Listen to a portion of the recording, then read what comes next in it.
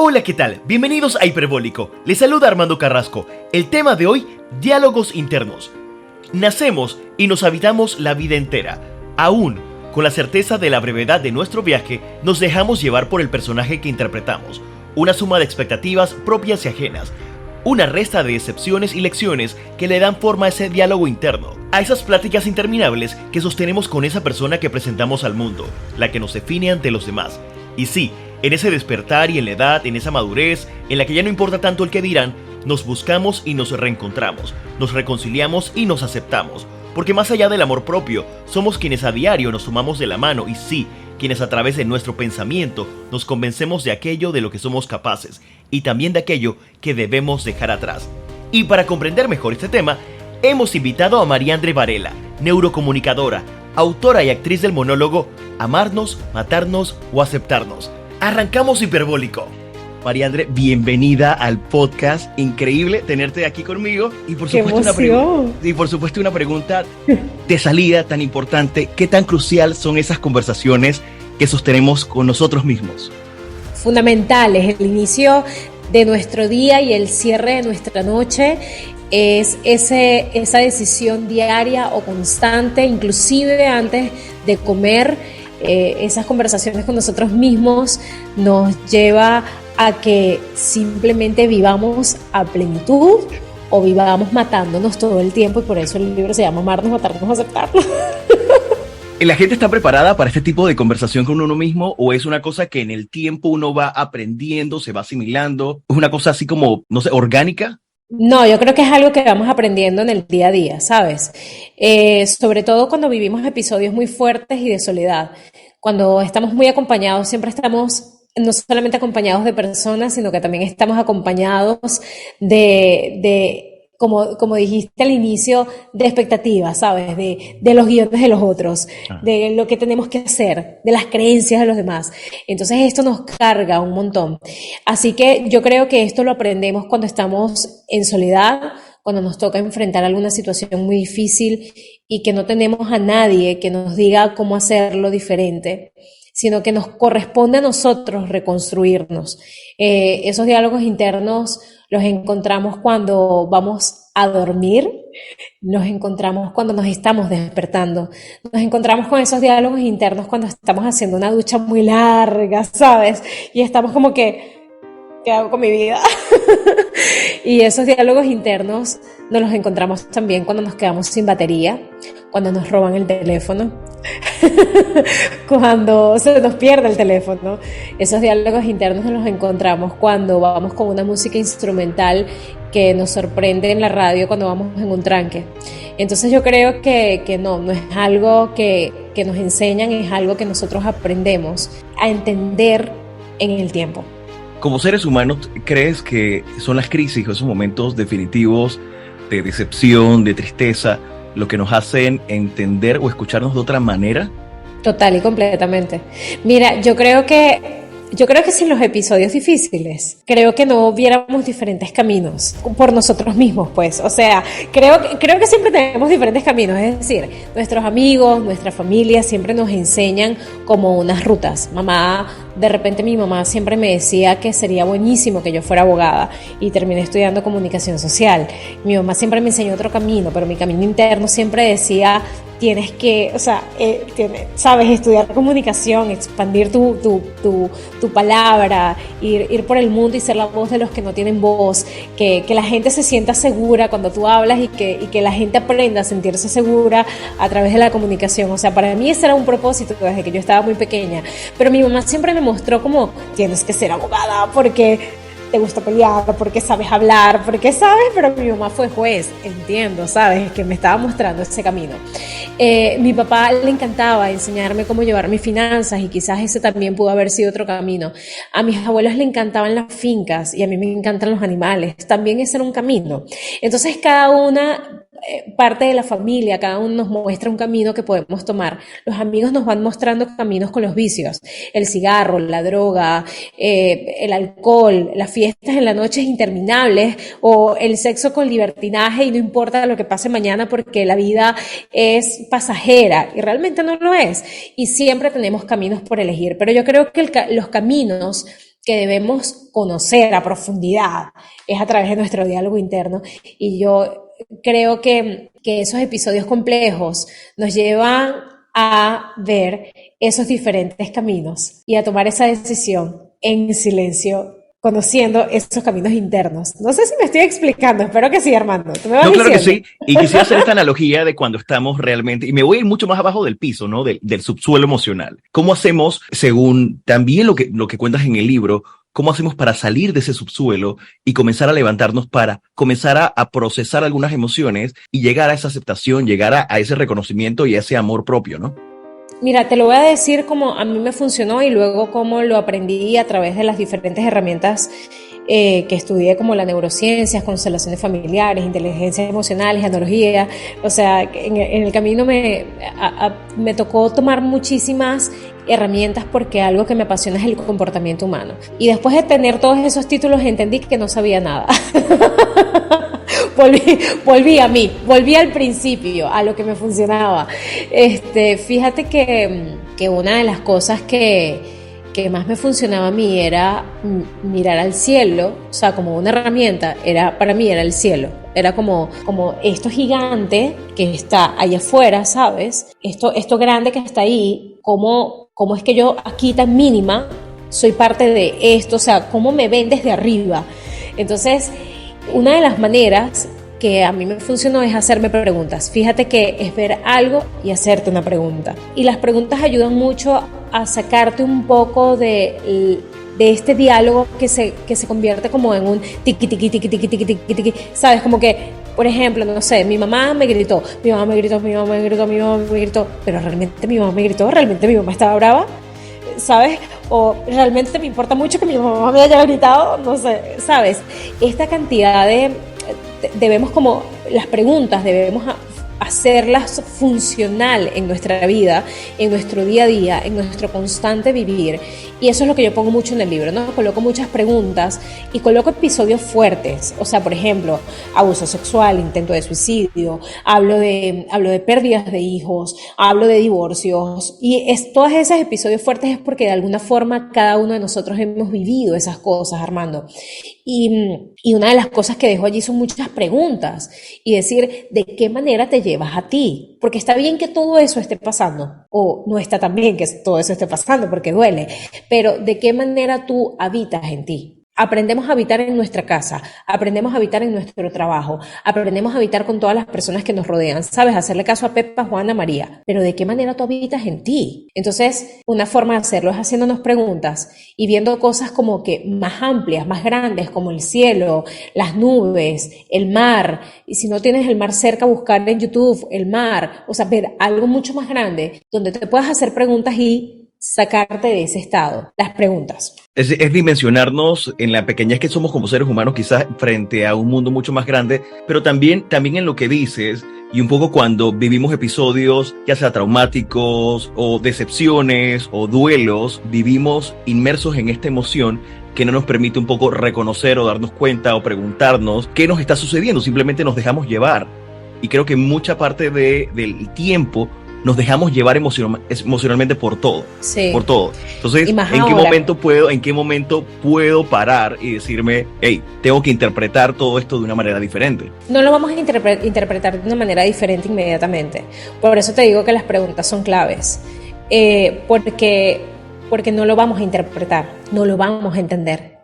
O sea, cuando tú vives una pérdida de hijos, estás en un hospital, tú no lo entiendes. Cuando tú ves a tu marido pidiéndote el divorcio o a tu mujer pidiéndote el divorcio, tú no lo entiendes en el momento. Pero lo que sí puedes hacer es hacerte una pregunta como, ¿qué voy a hacer con esto? Esto me está pasando, pero ¿qué voy a hacer con esto? ¿Esto me va a tumbar o me va a llevar a algo mejor? Por ejemplo, una simple pregunta. Y oye, créeme que te tiene que llevar a algo mejor, porque tú no vas a decidir tumbarte. Tú no, y si decides tumbarte es porque vienes con episodios tan fuertes y ahí la solución obviamente es buscar ayuda, siempre es buscar ayuda. Pero en el momento, en el instante, Armando, en el que no encontramos carajo, ¿qué hacer? ¿Sabes? Cuando este diálogo interno nos está como atormentando demasiado, cuando estamos en la punta de un piso 33 y decir, man, estoy perdiendo la esperanza, los bancos me están llamando, mira, en diciembre, una amiga, 3 bancos estaban llamando a mi amiga, ella vive sola, mantiene a su familia, o sea, una situación muy compleja, en un piso tan alto, ella cuántas veces no se paró frente al balcón y decía, esto no tiene sentido, man, no tiene sentido, y que ella simplemente se empezara a hacer preguntas en el balcón, era suficiente, y decir, realmente no tiene sentido. ¿Esto que me está pasando me está haciendo más fuerte o realmente me está tumbando? Me está haciendo más fuerte. ¿Y qué puedo hacer? ¿Qué puedo hacer en este momento para sentirme mejor? Bueno, voy a tomar agua, voy a respirar. ¿Sabes? Hacerse preguntas la sacó. Hoy en día está súper bien. Pero es eso. O sea, ¿por qué no lo vamos a entender en el momento? En el momento no lo entendemos. O quizás entender que así es la vida, que la vida incluye todo este tipo de situaciones. La vida incluye todo este tipo de situaciones y si nos damos cuenta, estas situaciones al final terminan siendo decisiones diarias. Creo que al final también vivimos esperando que se nos cumpla ese cuento de hadas o ese cuadro que se nos pinta de pequeño de que la vida tiene que ser de alguna manera como en las canciones o en las películas. Entonces, al no cumplirse, la caída de esa decepción es muy, muy grande porque pensamos que eso es lo que debe ser, cuando la vida en realidad presenta esos retos personales, de familia o de pareja, que son parte de la vida misma, ¿no? La vida es así. ¿Y qué tal si no lo esperamos y empezamos a crearlo? Porque el problema es que lo esperamos, ¿sabes? Como la princesa que espera al príncipe azul que llegue a la torre, le dé un besito, la princesa despierta y son felices para siempre. No es inmediato, no es como abrir el Instagram y ver la cuenta de Armando o ver la cuenta mía para saber qué está haciendo con sus vidas, ¿no? La vida no es inmediatez, la vida es un proceso. El bebé no nace al mes, el bebé nace a los 9 meses. Tú no te casas, tú hoy no te ves y te casas mañana, no, tú te ves, tú te conoces, tú te besas, tú te enamoras, luego tú te pides la mano, luego tú preparas un matrimonio, luego tú te casas. Entonces, ¿sabes? Todo tiene un proceso, no entendemos que al final la vida más allá de todos los episodios es un proceso y ese proceso es una decisión diaria en la que yo voy construyendo. Entonces, ¿qué tal si en vez de esperar una vida ideal, voy construyendo una vida ideal? Importante concepto, definitivamente. Y de allí voy a pasar a eso. ¿Cómo comienzo a construirlo? Me hago las preguntas, comienzo a responderme, comienzo a tener un poquito más de conciencia de esa conversación, de ese diálogo interno entre yo y yo. Quizás tomando en consideración lo que escucho por fuera de mis amigos, mi familia, mis padres, pero poniéndole especial más atención a lo que me digo yo a mí mismo. Entonces, ¿cómo comienzo a hacer esa construcción de allí hacia arriba? Bueno, empezando por dejar de buscar validación con lo que tú mismo te estás diciendo. Porque ocurre hoy en día en las redes sociales que entonces yo me hablo con yo, ¿verdad? Yo digo, yo me siento seguro y me hablo frente al espejo, yo soy seguro, yo sé no sé qué, y tengo que publicarlo. Y mira cómo yo me hablo, ¿sabes? Entonces hasta que a mí me validen, sí, mira lo que estás haciendo y eso te debe funcionar muchísimo. Y yo digo, sí, claro, a mí me debe funcionar muchísimo, pero lo hago una sola vez hasta que tengo 20,000 likes, me vuelvo a sentir mal y vuelvo a escuchar que tengo que hablarme a mí mismo y entonces lo vuelvo a poner en práctica. Entonces créeme que la primera solución no es publicarlo en redes sociales. La solución es ponerlo en práctica todos los días. Mira, voy a dejar una herramienta que para mí ha sido no solamente funcional para mí, sino para cientos de personas que hoy en día pues son parte de este proceso de construir su diálogo interno y es frente al espejo. Mira, frente al espejo nuestro cerebro no entiende que somos nosotros. O sea, yo me paro frente al espejo y no es como que, mira, ahí está María Andreina, qué hermosa. No, ahí está María Andreina. ¿Quién es ese ser humano? No sé quién es ese ser humano porque mi ojo derecho es mi ojo izquierdo frente al espejo y mi ojo izquierdo es mi ojo derecho frente al espejo. Entonces, curiosamente, mi cerebro no entiende específicamente que soy yo, María Andreina Varela Molina, sino que es otro ser humano. Entonces, como es otro ser humano y siempre estamos buscando validación de otro ser humano, ¿qué tal si empezamos a decir tú, María Andreina Varela Molina, por ejemplo, tú, tu nombre completo, y empiezas a decir te perdono por tal cosa? María Andreina Varela Molina, me siento orgullosa de ti por tal cosa. Y María Andreina Varela Molina, me comprometo contigo a... Imagínate, te perdono con tu nombre completo, te perdono con tu nombre completo, me siento orgulloso de ti, con tu nombre completo me comprometo contigo. Los seres humanos, antes de tener un diálogo interno saludable, tenemos que entender que no tenemos un diálogo interno saludable porque siempre estamos culpándonos, siempre estamos buscando validación y siempre estamos desconfiando de nosotros porque no nos cumplimos, Armando. No nos cumplimos. Decimos, voy el lunes al gimnasio, no voy. No me voy a comer ese dulce, tengo un antojo de dulce. No voy a esa fiesta porque no voy a gastar plata. Me paso la tarjeta de crédito y me la gasto toda. Entonces, lamentablemente, estamos en este juego con nosotros mismos y por supuesto, nos cuesta tanto habitarnos en nosotros porque no confiamos en nosotros, porque no nos cumplimos a nosotros mismos.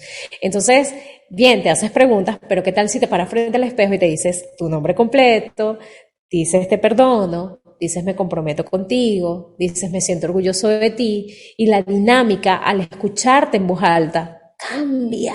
Es maravillosa, porque empiezas a decir, man, de verdad me estoy hablando a mí, de verdad me estoy comprometiendo, de verdad me estoy perdonando.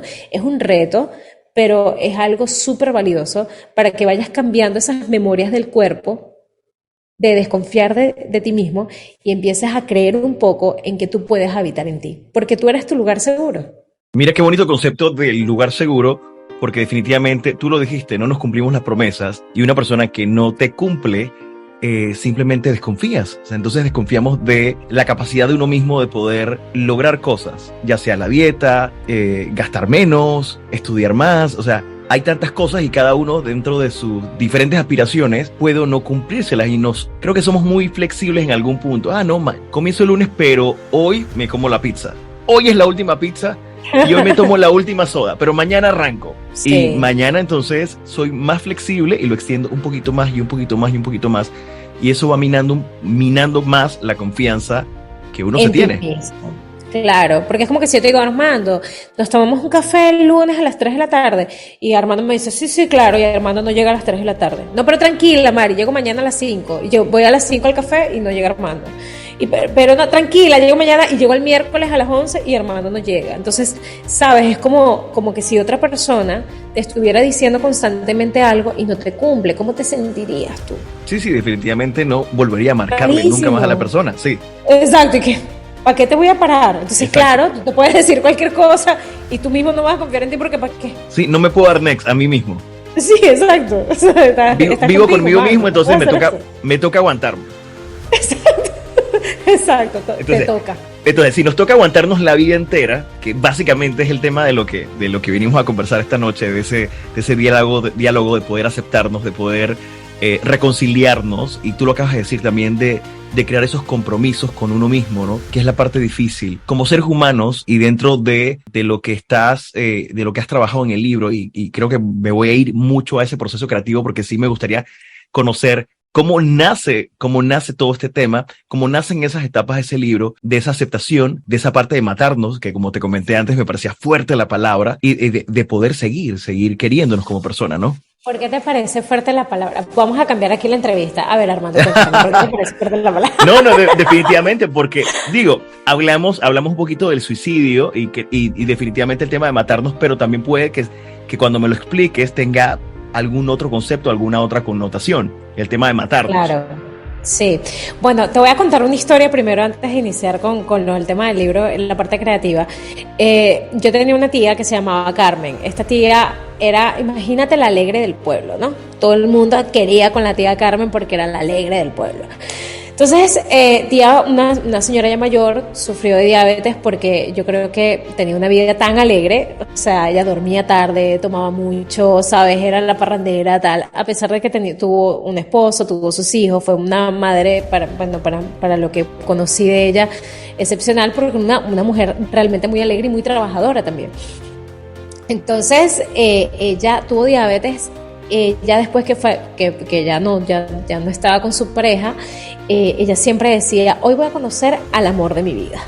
Entonces salía y, tía, estás hermosa, claro, porque yo no sé si voy a conocer al amor de mi vida. Entonces salía siempre con ese tema.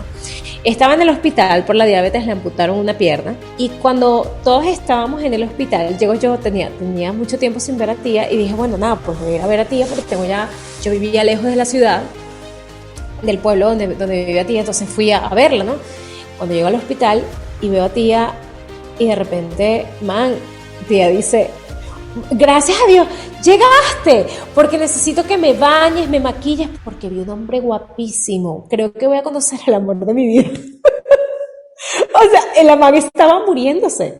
le acababan de apuntar, o sea, tú puedes creer, le quitaron la pierna, le iban a quitar quizás la otra. La man se estaba muriendo y la man que, por favor, báñame, maquíllame porque yo voy a conocer el amor de mi vida. Ella duró allí como unos 15 días más, falleció. Cuando estábamos allí todas risueñas, no reídas con tía y decíamos, ella, o sea, yo pensé, ¿no? Mi reflexión fue, aquí nadie le exige nada, aquí nadie le está pidiendo plata, aquí nadie la critica por andar con esa cuestión de que es el amor de su vida, aquí nadie le está diciendo fuiste la peor mamá porque no me acompañaste a la escuela, o aquí nadie le está diciendo fuiste la peor tía porque no me acompañaste a este evento importante para mí, o sea, nadie la estaba juzgando. En su peor momento, todo el mundo lo que estaba haciendo era amarla. Entonces, entendí en ese instante que detrás de la muerte hay muchísimo amor. No lo entendemos. Es súper fuerte. Como una persona tan especial, tan alegre, tan servicial,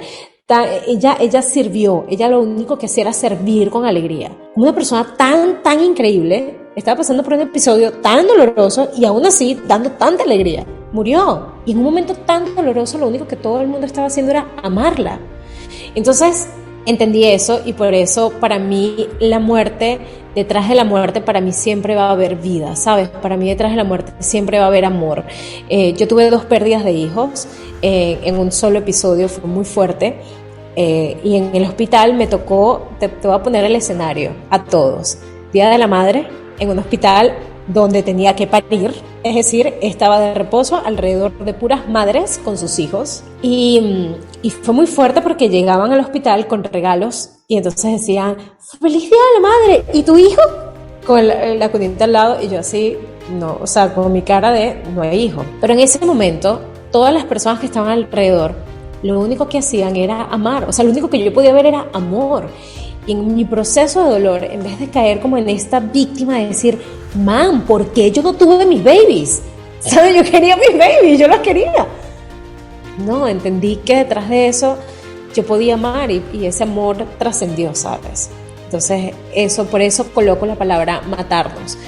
Entendiendo que nos matamos también con nuestras palabras, que matamos a otros con las palabras, que matamos los sueños de otros con nuestros comportamientos. Entendiendo que somos asesinos en serie con nuestros comportamientos y con nuestras palabras y no nos damos cuenta. Entonces, la palabra matarnos ve que tiene tanta amplitud. Pero también a veces toca matar esas malas concepciones de uno mismo que a veces uno tiene, que no es capaz, que uno no puede, que la vida no puede cambiar. Hay que matar también esa mala interpretación de la vida y poder darse cuenta que de allí y del piso, por eso dice la connotación o la analogía al piso, del piso no queda otra que ponerse de pie e ir para arriba. Totalmente. Sí, no quedas de otra. No te queda de otra, del piso no vas a pasar. Al menos de que te cremen o te pongan 3 metros bajo tierra. Exacto.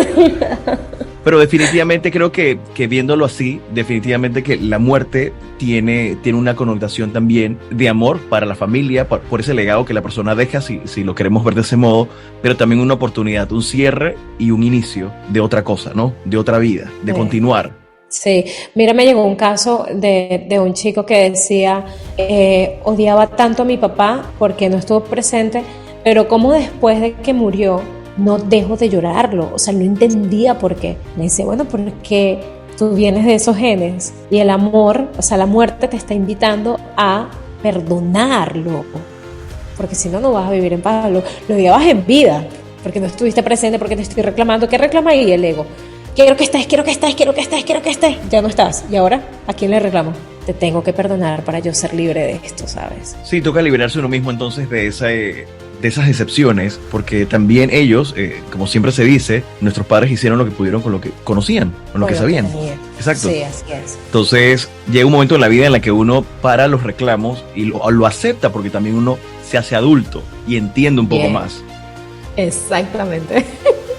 Entonces, vamos entonces a entrar a ese proceso creativo del libro, porque definitivamente esas lecciones o ese equipaje que te ha enseñado tanto en la vida, lo has podido traducir o traspasar a las páginas. ¿Qué quieres lograr en esa gente que te lee? ¿Qué quieres dejar en esa gente que interpreta tus palabras, tu experiencia, esas herramientas? ¿Qué quieres que la gente se quede con Mariandre Varela? Quiero que sean que el libro sea un espejo de esperanza, porque el libro no es ni bueno ni malo, ¿sabes? El libro al final va a ser lo que tú quieres que sea para tu vida. El libro solamente te expresa no solamente historias, sino herramientas para que tú puedas reflexionar en tu propia historia. Es decir, la protagonista ni siquiera soy yo. Termina siendo la persona que lo lee, como todos los libros. Para mí, a mí me encanta leer.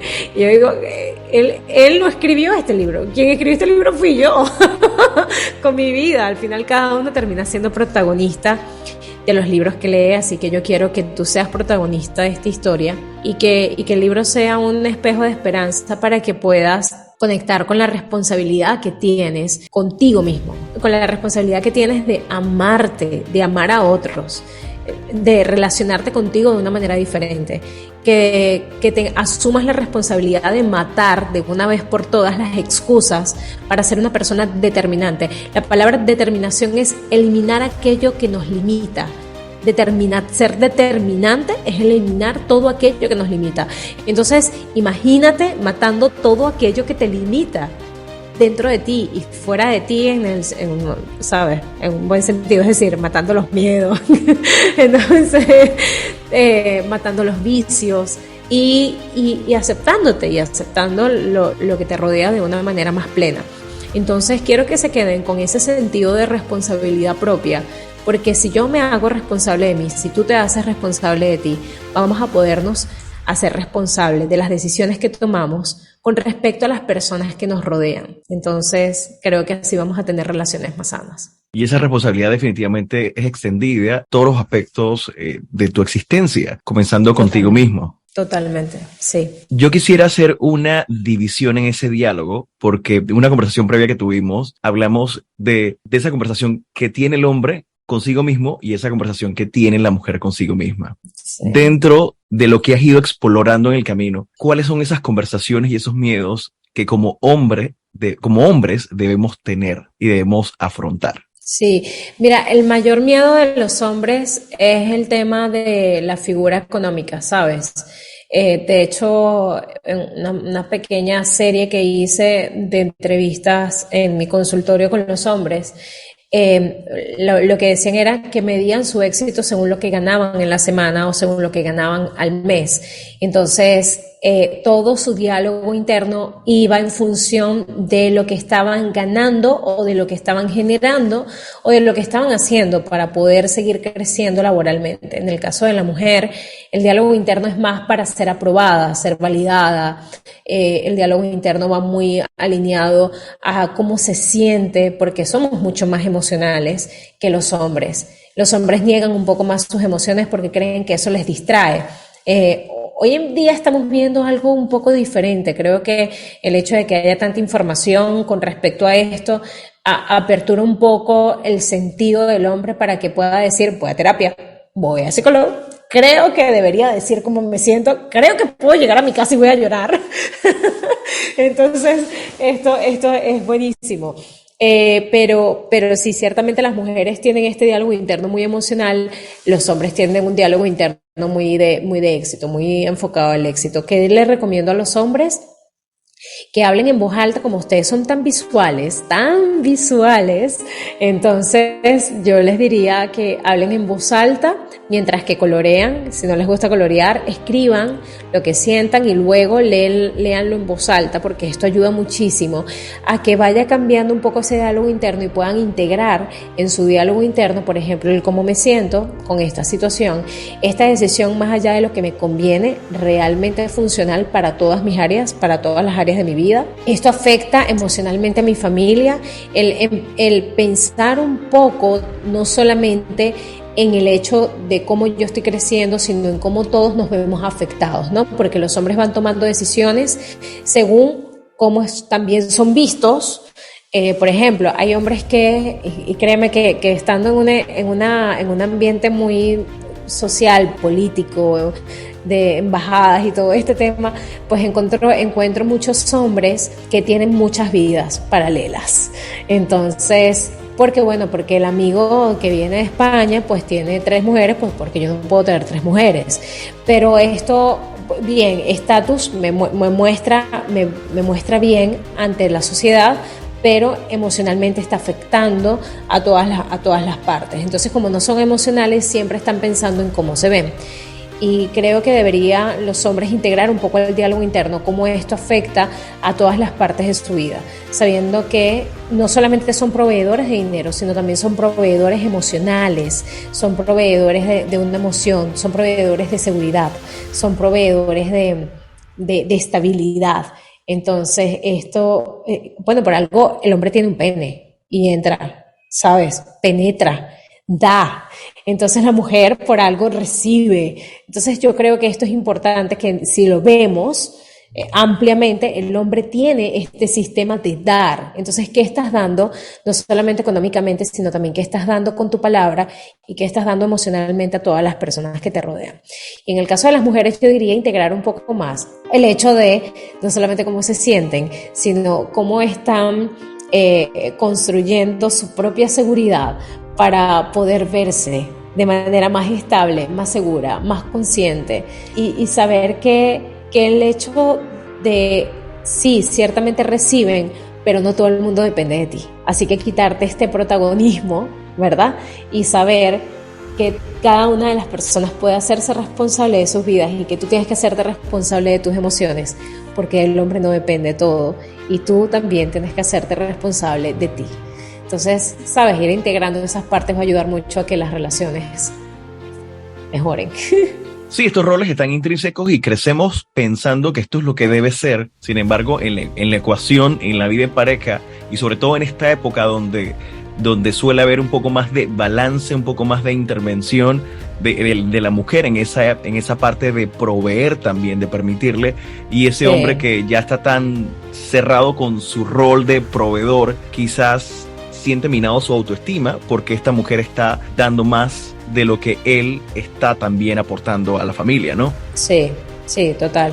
Sí, se ve muy minado, pero es que fíjate que hay algo muy interesante, pero porque una de las cosas que yo he visto, ciertamente las mujeres pueden estar ahorita dando quizá un poco más, ¿no? Vamos a poner el caso en algunas familias porque no son todos los casos, pero bueno, la mujer da más, el hombre no es que de menos, es que tiene que ser consciente de que puede dar de otra manera.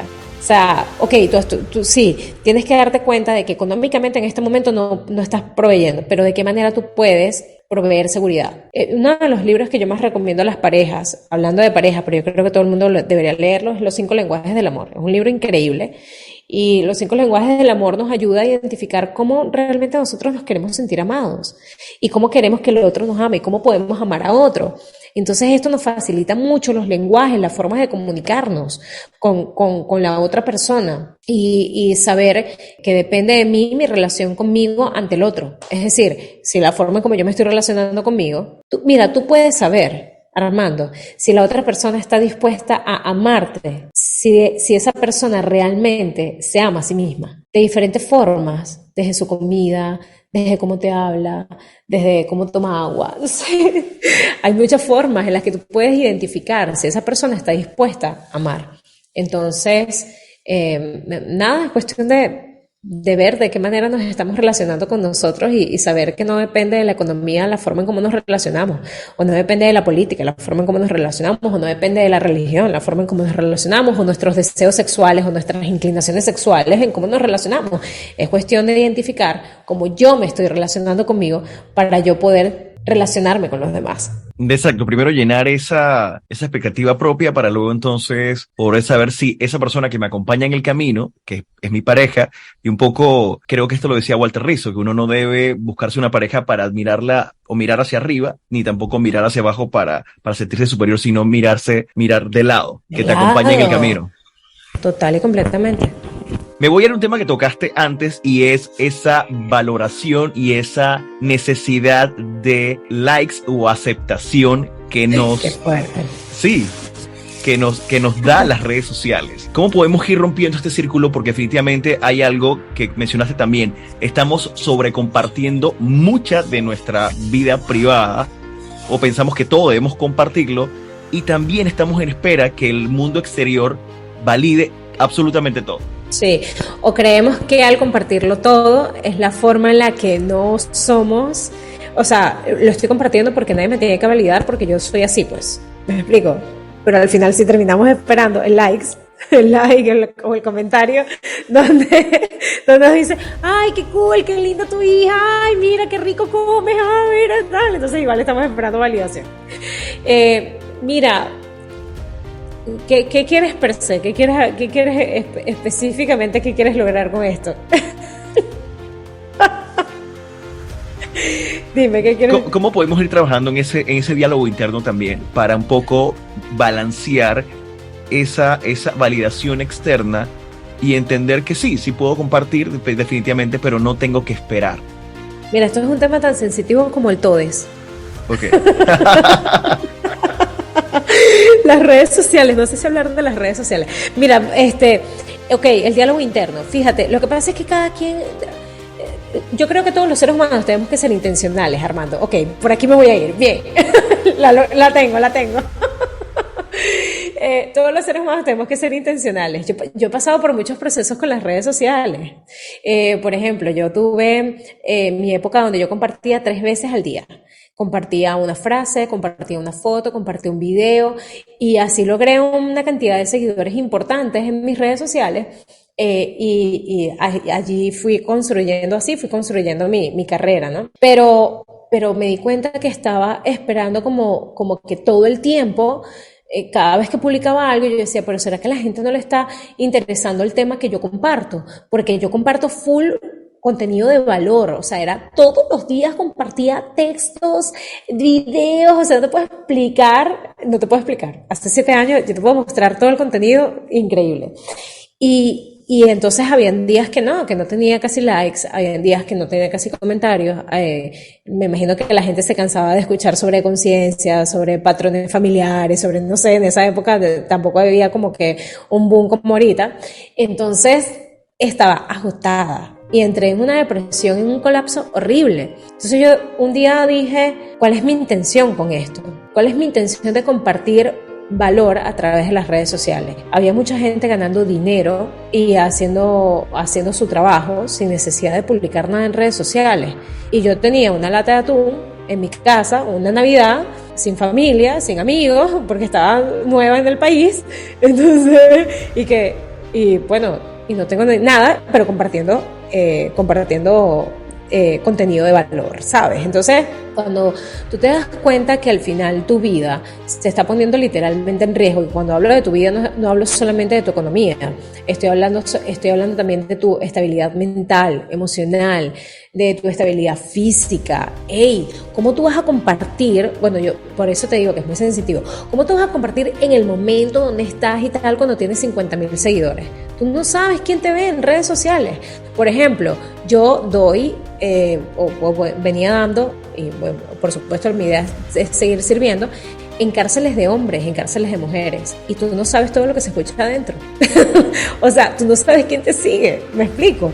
Entonces es importante que consideremos que somos vistos, que las redes sociales no solamente quién te aprueba, quién te da like, sino tú no sabes quién te ve. Y no te estoy diciendo como que tienes que estar en alarma todo el tiempo, no, sino tú tienes que saber cuál es la intención, cuál es tu intención a través de redes sociales, cuál es tu intención a la hora de compartir una copa de vino, con quién estás, dónde estás, cuál es tu intención. ¿Qué es lo que tú quieres lograr con eso? Porque la forma en la que tú compartes, la intención que tiene eso, es el resultado que tú vas a obtener a través de redes sociales. Yo no he tenido en estos, no sé, que yo estoy en redes desde hace 8 años, en estos 8 años yo no he tenido comentarios negativos, así que yo diga, ay, tú sabes todo lo que han dicho de mí. No, y créeme que he pasado episodios para que la gente hable. He dado tela para que la gente hable. Y no he recibido eso, y yo digo, Señor, de verdad, gracias, porque lo que yo creo es que bueno, al final es la intención, pues sigo creyendo en la intención. Haz detox. Yo me alejé de redes sociales por un mes, yo entro a redes sociales, tengo horas puntuales, si me paso más de la hora durante el día, mi Instagram se cierra, tengo notificaciones de una hora específica a otra hora específica, hasta del WhatsApp, porque decidí que las redes sociales no nos controlan. Tú controlas las redes sociales. Entonces, hasta el algoritmo lo cambié. Antes me salían algoritmos de todas las personas que yo seguía sobre mi trabajo. Ahora no, ahora quiero ver viajes. Entonces agarré todas las cuentas de viajes, le empecé a dar likes, empecé a comentar, las puse todas con la campanita y ahora me sale solamente viajes, parejas, matrimonio. Es lo que quiero vivir en mi vida. Así que es lo único que me sale.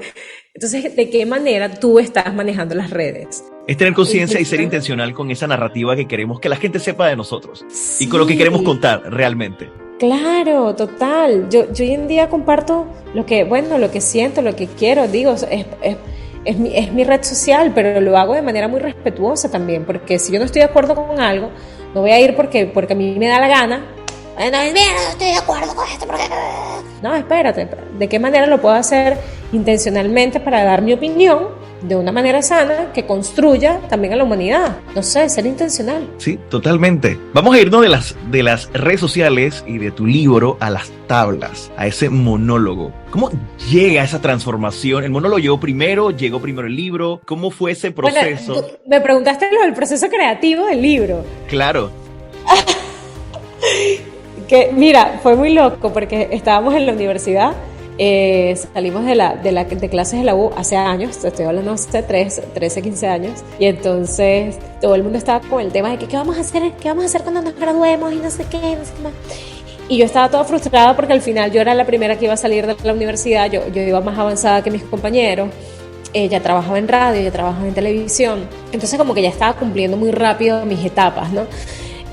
Hacía publicidad, estaba como tratando de hacer cosas como para ver qué sentido le daba a mi carrera.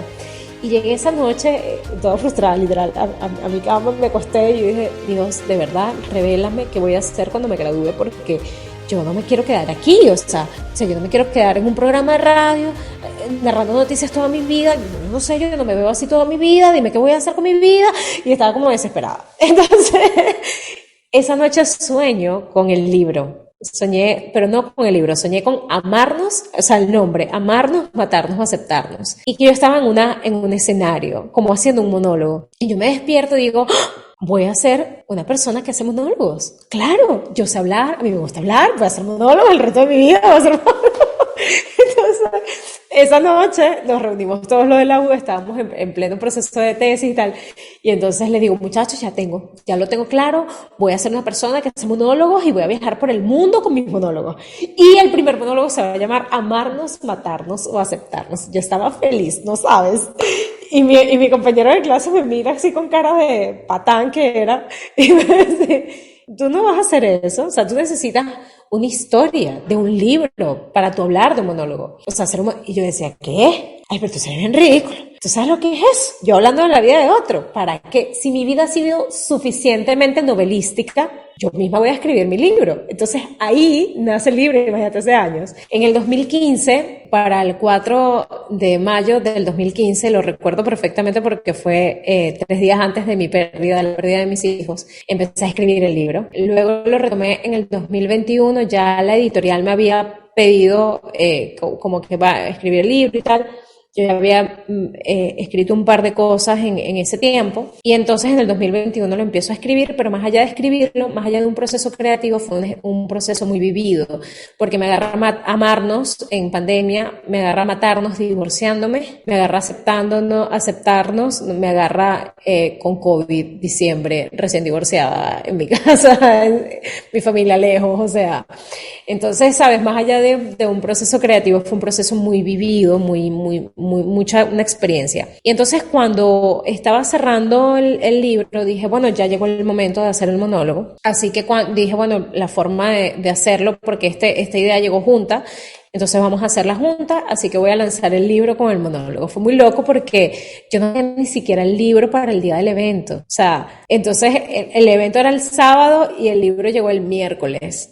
Y me lo imprimieron el jueves y te cuento la historia y así súper milagroso, todo fue muy loco, pero tuvimos el primer monólogo, fue extraordinario y la intención de esto es que la gente que no le guste leer, pues por lo menos viva la experiencia del monólogo y tenga un viaje de emociones. El monólogo es sumamente experimental, o sea, es como, no soy yo hablando, es muy actuado, los protagonistas terminan siendo los espectadores, es sumamente introspectivo, ríen, lloran, de verdad que fue un regalazo para mí este monólogo, ¿no? Yo no sé cuando yo me bajé de las tablas y dije, ni tengo idea, porque yo firmé, imagínate, yo cierro el monólogo con un divorcio, o sea, hablando como de un divorcio, de una relación de pareja, y obviamente hablo de mí, ¿sabes? ¿De qué más voy a hablar? Voy a hablar de mí. Y yo firmé el divorcio el 1 de abril, Armando. Y el monólogo lo hice el 2 de abril. Es decir, yo cerré el monólogo, o sea, la construcción del monólogo, el 2 de abril en la mañana. Entonces fue súper increíble. Y la verdad que todos estos meses después, la gente que vivió la experiencia del monólogo el 2 de abril siguen hablando del monólogo y de verdad que ha sido fabuloso. ¿Y estás lista para la nueva fecha que es el domingo? El jueves 27, jueves 27 de octubre. Estoy más que lista. Además que esto va a estar, mira, renovado, repotenciado. Está increíble. El 27 de octubre, jueves 27 de octubre en el Teatro Pacífico. O sea que el monólogo viene recargado. Recargadísimo, porque es un escenario mucho más grande. Vamos a tener una pantalla de apoyo. O sea, si vivieron la pedida de mano el 2 de abril, ahorita la del 27 de octubre va a ser apoteósica. De verdad que muy, muy hermoso, de verdad que va a ser increíble. Sí, estoy lista y muy emocionada de lo que van a vivir cada uno de los que decidan ir a vivir esta experiencia. ¿Ha cambiado ese diálogo interno de esa Mariandre pre el libro hasta ahora? Completamente, no sabes. No sé, yo creo que todos los días cambia un poquito. Yo una de las prácticas que hago en las noches antes de dormir es escribir todo lo que vivo en el día desde que me despierto, como los milagros que vi, las personas con las que me encontré, lo que me enseñaron las personas con las que me encontré. Para mí cada persona que pasa alrededor es como... ¡oh! Es un aprendizaje, desde el vigilante, la de administración, el conserje, para mí son maestros de vida y de verdad que yo admiro muchísimo cada persona que está a mi alrededor y entonces para mí es como un encuentro conmigo el escribir de noche y ahí me doy cuenta mucho cómo ha sido mi diálogo interno durante el día. Así que en las mañanas, en la noche tomo la decisión de que en la mañana voy a tomar una nueva decisión para restaurar esta parte de mi diálogo interno. Ayer venía dándome cuenta que decía mucho estoy cansada, entonces me di cuenta que no, pero es víctima, tú no estás cansada, tú estás disfrutando lo que estás haciendo, que cansada, que nada, tú descansas, tú duermes bien, tú haces ejercicio, tú vas a la piscina, tú bailas, tú comes bien, o sea, tú no estás cansado, ese cansancio es mental, literalmente mental. Es un cansancio de estar con esa pensadera. Bájale a la pensadera. Entonces sí, ha cambiado mucho y sigue cambiando y espero siga cambiando para bien. Una última reflexión para quienes están escuchando el podcast sobre ese diálogo o esos diálogos internos. ¿Cuál tú crees que debe ser ese momento culminante para cada persona para hacer el cambio? ¿Qué me debo decir? Ya. El cambio es ya. ¿Qué te debes decir? Yo te diría como primera herramienta, agárrate una libreta de donde sea, ¿sabes? Una hoja blanca, una servilleta, un bolígrafo y escribe tu nombre completo y me comprometo contigo a hablarte todos los días de manera diferente y positiva. Que ese sea tu primer compromiso a partir de este momento. Porque no es solamente positiva, sino sincera.